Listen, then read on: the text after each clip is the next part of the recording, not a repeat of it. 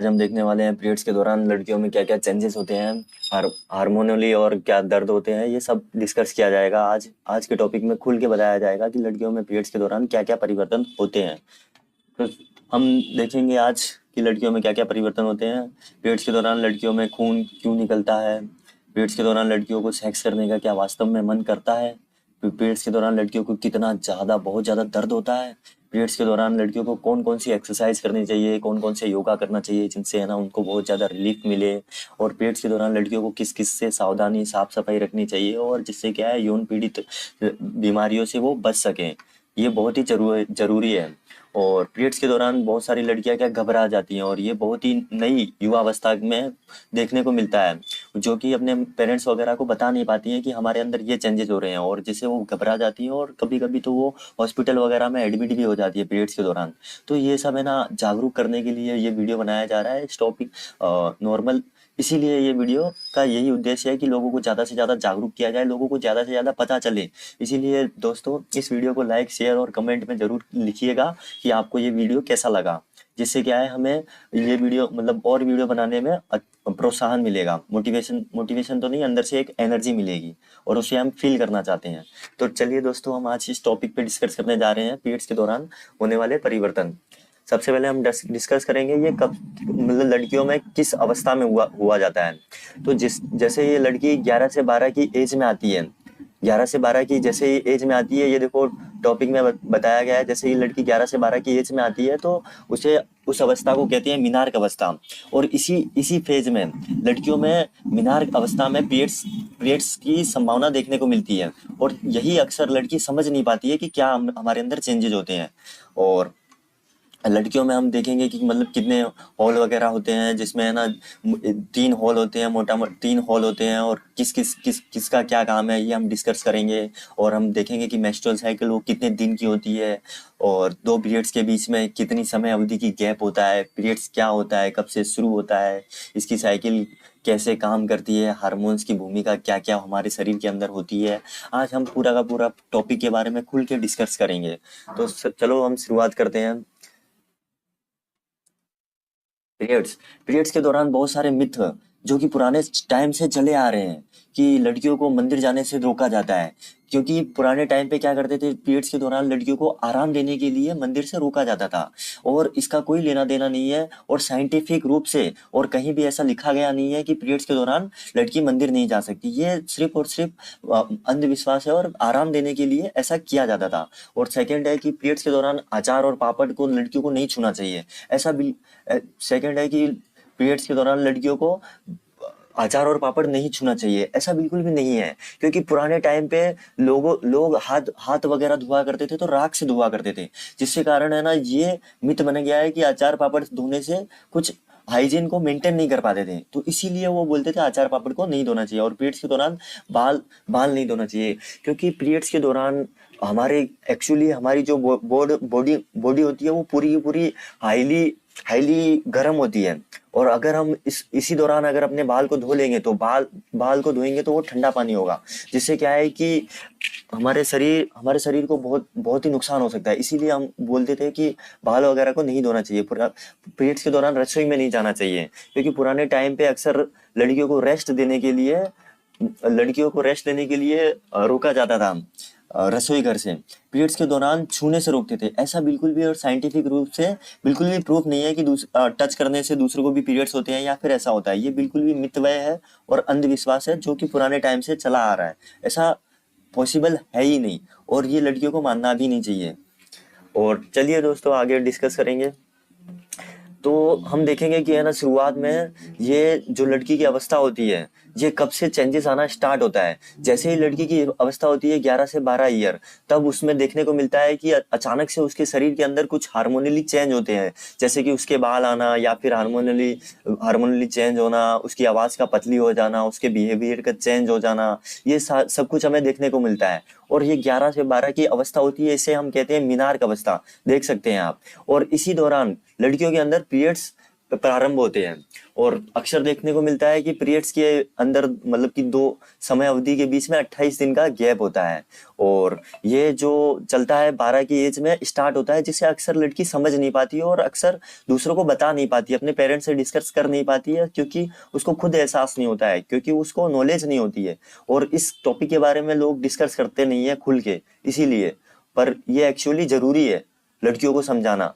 और ये कब तक चलती है जो मैच्योरेंस साइकिल है, ये 12 की अवस्था से स्टार्ट होके लगभग 50 की ईयर तक चलती है लड़कियों की अवस्था, जिसे बोलते हैं हम मैस्टुरेशन। मैस्टुरेशन की अवस्था 50 की एज में चलती है। और मेनोपोज यानी कि 50 के बाद में जो लड़कियों की अवस्था होती है, जो मैस्टुरेशन साइकिल होती है, वो बंद हो जाती है नॉर्मली। तो फिर अब हम आगे देखेंगे कि लड़की के अंदर जो एक्चुअली क्या होता है क्या नहीं होता है। तो इसमें हम देखेंगे कि ये फंडस यानी कि नॉर्मली होता है गर्भाशय, और वेजाइनी यानी कि ये वेजाइनी यानी कि ये योनि को कहते हैं, और ओवरी यानी कि अंडाशय। अंडाशय से अंडाणु निकलता है। और ये जो बनी हुई है, ये संरचना, ये जो दिखाई दे रही है, ये फेलोपियन ट्यूब है। इसमें ये ओवरी है, अंडाशय से द्वारा अंडाणु निकलता है और ये फेलोपियन ट्यूब में जाता है, और धीरे धीरे करके ये गर्भाशय में जाता है, और यहाँ पर फर्टिलाइजेशन होता है, यहाँ पर निषेचन की क्रिया होती है, और ये होते हैं गर्भाशय में। यहाँ से स्त्री का अंडाणु बनता है। तो चलिए दोस्तों, हम आगे देखते हैं क्या क्या होता है क्या नहीं होता है।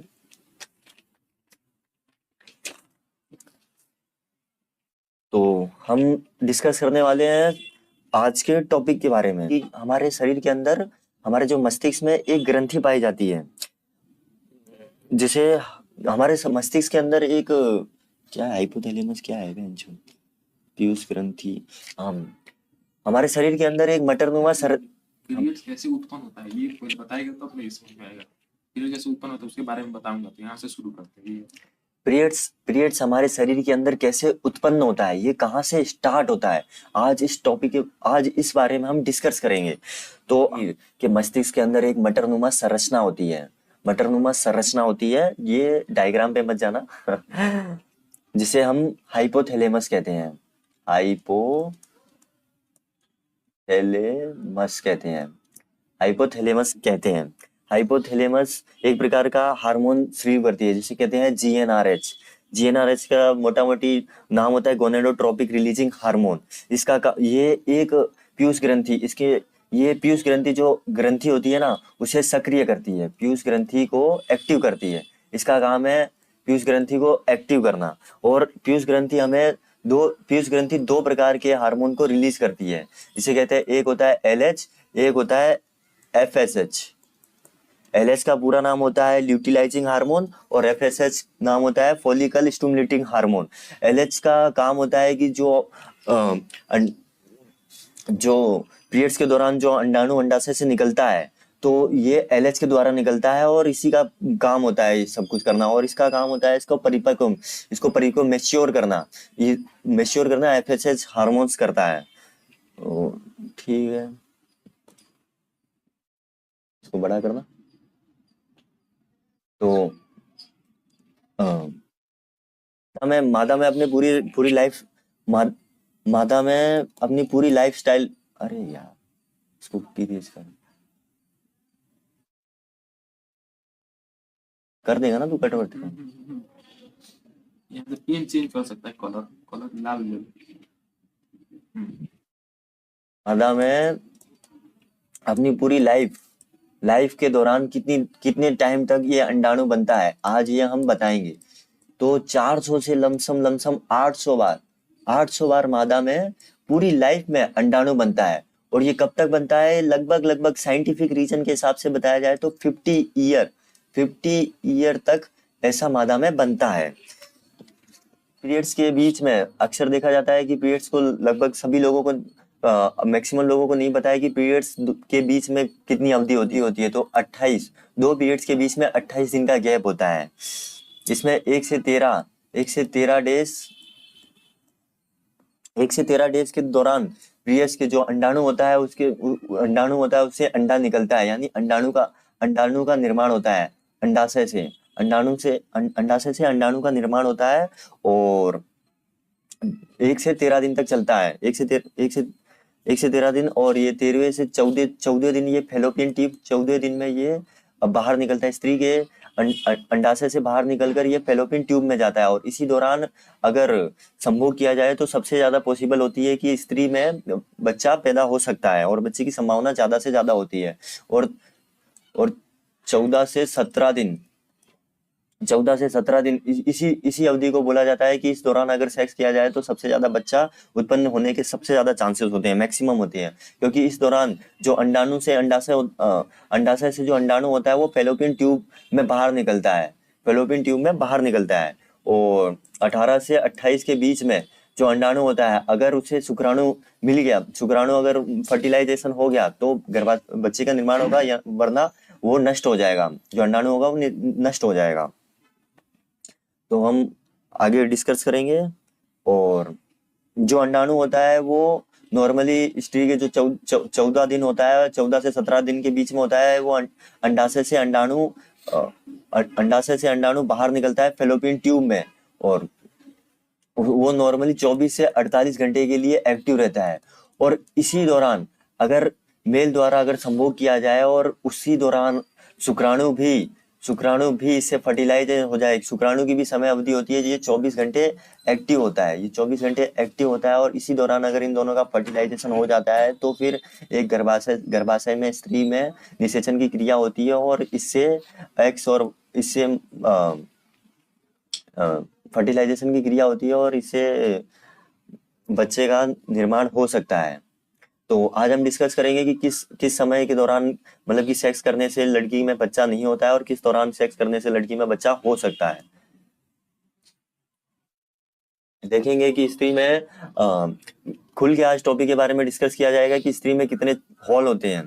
तो सबसे पहले देखा जाए तो ये एक होता है, इसे यूट्रस कहते हैं, इसके द्वारा मूत्र निकलता है, इसे मूत्र मार्ग कहा जाता है।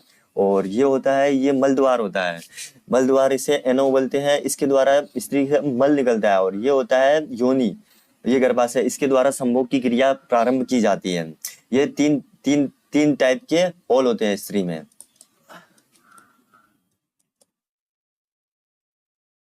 आगे डिस्कस करेंगे हम।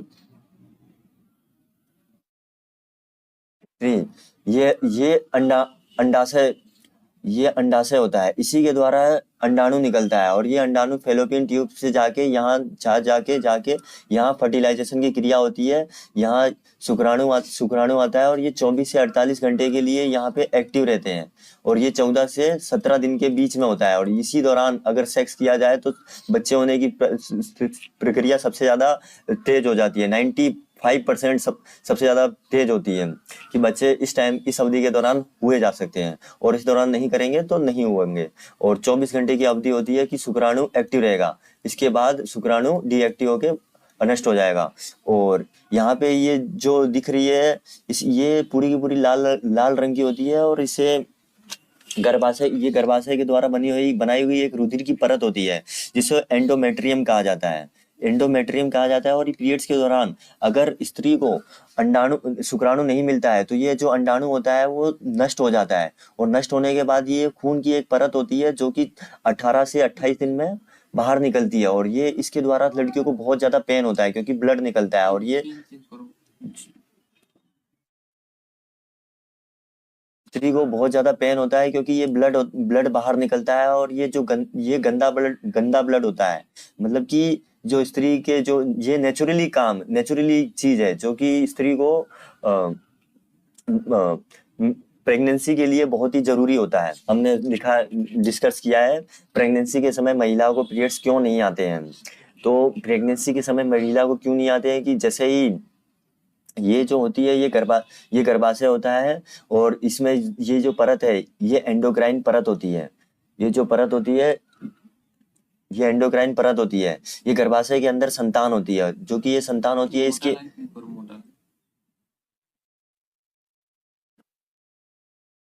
ये एंडोक्राइन जो परत होती है जो कि है ना रोके रखती है, किसी को भी अंदर नहीं आने देती है, और ये चारों ओर से इसके घेरे रहती है। और ये संतान इसी प्रोटेक्ट में रहता है। ये देखो लिखा है, जब तक बच्चा गर्भाशय के अंदर तब तक एंडोक्राइन परत नहीं टूटता है, जिससे पीरियड्स नहीं आते हैं। पीरियड्स मिस होने का मतलब प्रेगनेंसी, पीरियड्स मिस होने का मतलब लोग समझते हैं कि यह प्रेगनेंसी आ गया। ऐसा बिल्कुल भी होता नहीं है। ये सिर्फ और सिर्फ मिथ और लोगों के द्वारा बनाए गए फैक्ट हैं, लोगों के द्वारा बनाए गए अंधविश्वास हैं। जब भी महिलाओं में पीरियड्स मिस हो जाते हैं तो ज्यादातर लोगों को लगता है कि वो प्रेग्नेंट हो चुकी है, जबकि ऐसा नहीं है। पीरियड सिर्फ प्रेगनेंसी की वजह से ही मिस हो। इसके कुछ और भी कारण हो सकते हैं, जैसे ज्यादा वजन, अनहेल्दी फूड खाना, polycystic ovary syndrome, polycystic PO POB syndrome. इसको अलग से टॉपिक इसको समझाया जाएगा। ये वाला जो टॉपिक है उसको अलग से डिस्कस भी किया जाएगा। इसके द्वारा हुए जाने वाले परिवर्तन, कोई भी बीमारी या किसी बात का तनाव या हार्मोनल असंतुलन, इनकी वजह से भी पीरियड्स मिस हो सकते हैं। तो इस बात को हमें ध्यान रखना चाहिए। आगे ज्यादा ज्यादा जैसे कि ज्यादा ज्यादा वजन हो जाए, अनहेल्दी फ्रूट वगैरह खा लो, पॉलिस्टिक इस पर टिक है। यार दिखाई नहीं दे रहा है ये। लाल लाल।